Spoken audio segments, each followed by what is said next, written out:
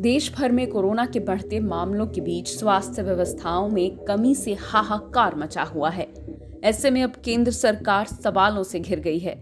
All India मजलिस इत्तेहादुल मुस्लिमीन के supremo और सांसद असदुद्दीन ओवैसी ने देश भर में कोरोना के चलते हालातों को लेकर केंद्र की मोदी सरकार को घेरा है। No, the Supreme Court had said that the vaccination policy of the Narendra Modi-led government violates right to life, which is a fundamental right in our constitution. And secondly, the Supreme Court also did not believe when the Narendra Modi-led government told the court that the oxygen supply and its monitoring is being monitored by Shri Narendra Modi and Mr. Amit Shah. Now, that is why I am of the opinion that the government of India has failed in their vaccination policy, and which is right to life under the constitution. They have failed in providing oxygen to the state government and to union territories because supply of oxygen is in the exclusive domain of the union government.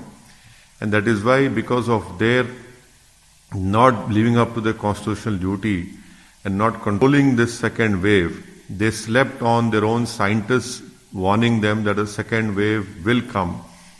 But despite that, the government led by Mr. Narendra Modi failed. साथ ही उन्होंने ये भी कहा कि हमारे वैज्ञानिकों ने सरकार को कोविड-19 की दूसरी लहर के बारे में चेताया था।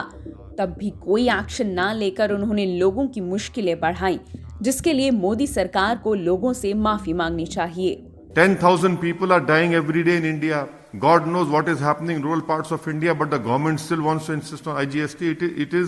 It is travesty, I say.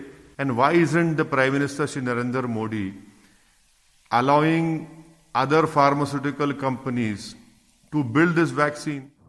उन्होंने देश से वैक्सीन निर्यात करने पर भी मोदी सरकार की आलोचना की और कहा कि सरकार केवल पब्लिसिटी में विश्वास रखती है।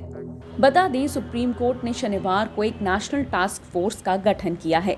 ये देश में ऑक्सीजन की उपलब्धता और आपूर्ति का आंकलन और सिफारिश करेगी। देश में कोरोना की दूसरी लहर के बीच 3,29,982 नए मामले सामने आए।